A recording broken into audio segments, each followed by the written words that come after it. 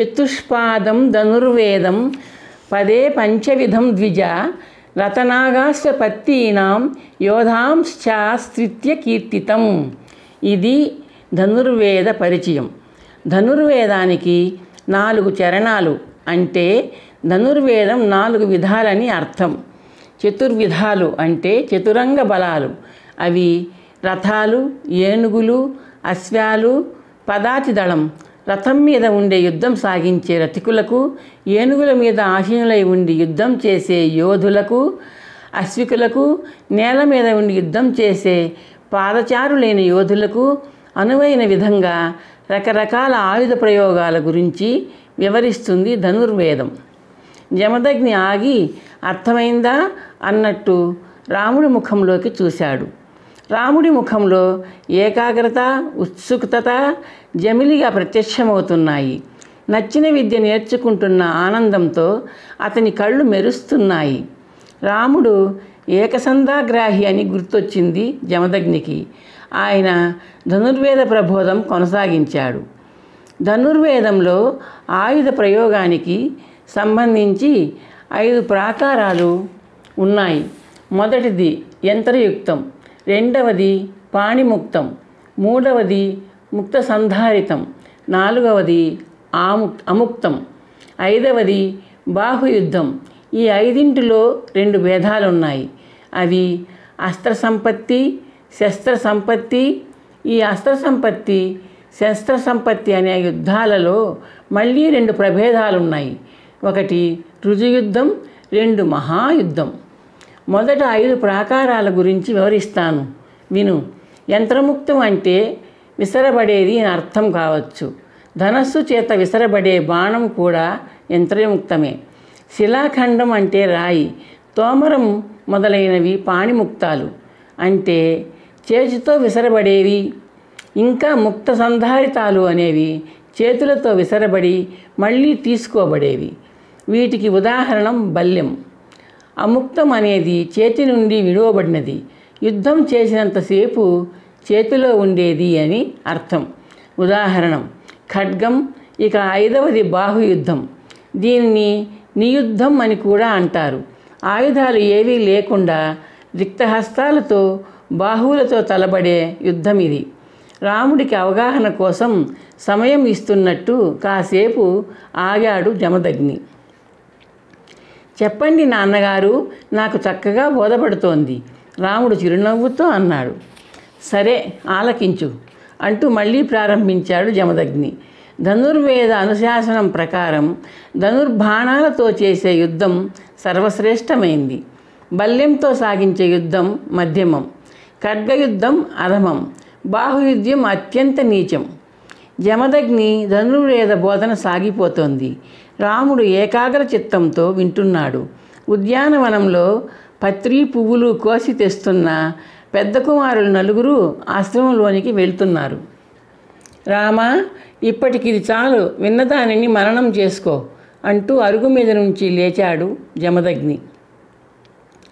నాన్నగారు కర్రలనే ఆయుధాలుగా భావించి యంత్రముక్త యుద్ధాన్ని, పాణిముక్త యుద్ధాన్ని, ముక్త సంధారిత యుద్ధాన్ని, అముక్త యుద్ధాన్ని అభ్యాసం చేసుకుంటాను ఈ సాయంత్రం, రాముడు ఉత్సాహంగా అన్నాడు. అలాగే నేర్చుకో, జమదగ్ని చిరునవ్వుతో అన్నాడు. బాహుయుద్ధం ఎలా అభ్యసిస్తావు? బాహుయుద్ధం నీచమైందన్నారు కదా, నీచ యుద్ధాలు నాకు అవసరం లేదు నాన్నగారు, రాముడు వెంటనే అన్నాడు. జమదగ్ని మెప్పుగా తల పంకిస్తూ చిరునవ్వు నవ్వాడు. నువ్వు ధైర్యసాహసాలుండే కొడుకు కలగాలనుకున్నావు. ఆ సంకల్పంతోనే నోములు నోచావు. నేను యాగం చేశాను. అయితే ధైర్యసాహసాలే కాకుండా శౌర్య పరాక్రమాలు పుట్టుకతో సిద్ధించిన పుత్రుడు కలిగాడు. జమదగ్ని నవ్వాడు. అవును, మన రాముడికి ధైర్యం అధికం, రేణుక చిరునవ్వుతో అంది. అది కాదు రేణుక, రాముడికి చతుర్వేదాల పట్ల అంత మక్కువ లేదు. వాడి పంచప్రాణాలు ధనుర్వేదం మీదనే ఉన్నాయి. ధనుర్వేద అంశాలు రాముడు ఆలకించే పద్ధతి, అనంతరం నదీ తీరంలో ఏకాంత ప్రదేశంలో అవిశ్రాంతంగా అభ్యాసం చేసే పద్ధతి నన్ను అబ్బురపరుస్తున్నాయి. హైహే వంశ క్షత్రియుల మూలంగా గతంలో మన వంశస్థులకు దాపురించిన కష్టాలు గుర్తుకు తెచ్చుకుంటే మన కుటుంబంలోనూ బలపరాక్రమ సంపన్నుడు ఒకరు ఉండడం మంచిదే కదా, రేణుక సాలోచనగా అంది.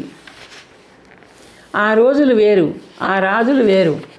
ప్రస్తుతం మనకు అంత ప్రమాదం లేదనిపిస్తోంది, జమదగ్ని అన్నాడు. రేణుక మృత్తికా పాత్రలో నీళ్లు ముంచుకొని గట్టువైపు నడుస్తోంది. నదీ స్నానం ముగించిన జమదగ్ని తడిబట్టలను భుజం మీద వేసుకుని గట్టువైపు తిరగబోయి ఆగాడు. ఆయన చూపుల్ని నదీ జలాల మీద వస్తున్న వెలగపండు ఆకర్షించింది. వెలగపండుకు పదునైన బాణం గుచ్చుకుని ఉంది. ఆ బాణం ఎవరిదో, దాన్ని ఎవరు సంధించి వదిలారో ఒక్క చూపులో ఆయనకి అర్థమైపోయింది. రేణుక, ఇలారా, ఉత్సాహంగా పిలిచాడు జమదగ్ని. నీటి పాత్రను ఇసుక మీద నిలబెట్టి రేణుక భర్తను సమీపించింది. వెలగపండ్లు ఒకదాని తర్వాత ఒకటి నెమ్మదిగా అలల మీద ఊయలు లూగుతూ వస్తున్నాయి. గుచ్చుకున్న బాణాలు వాటిని అంటిపెట్టుకుని ఉన్నాయి. ప్రవహించే నదిలో కొట్టుకు వస్తున్న వెలగపండ్లను బాణాలతో ఎవరు కొడుతున్నారో తెలుసా? జమదగ్ని అడిగాడు. ఎవరు? నీ పుత్రుడు రాముడు, జమదగ్ని నవ్వుతూ అన్నాడు. రా, వెళ్ళి చూద్దాం. ఆ పొదల మాటన ఉన్నట్టున్నాడు. రేణుక ఉత్సాహంగా భర్త వెంట నడక సాగించింది. రేణుక, జమదగ్ని నిశ్శబ్దంగా నిలుచుని రాముడినే చూస్తున్నారు. రాముడు కుడికాలు ముందుకు చాపి అలీఢ పద్ధతిలో నిలుచున్నాడు. వింటి నారిని చెవిదాకా లాగి గురి చూసి ఎక్కుపెట్టి బాణాన్ని వదిలాడు. బాణం గాలిని చీల్చుకుంటూ అలల వైపు దూసుకెళ్ళింది.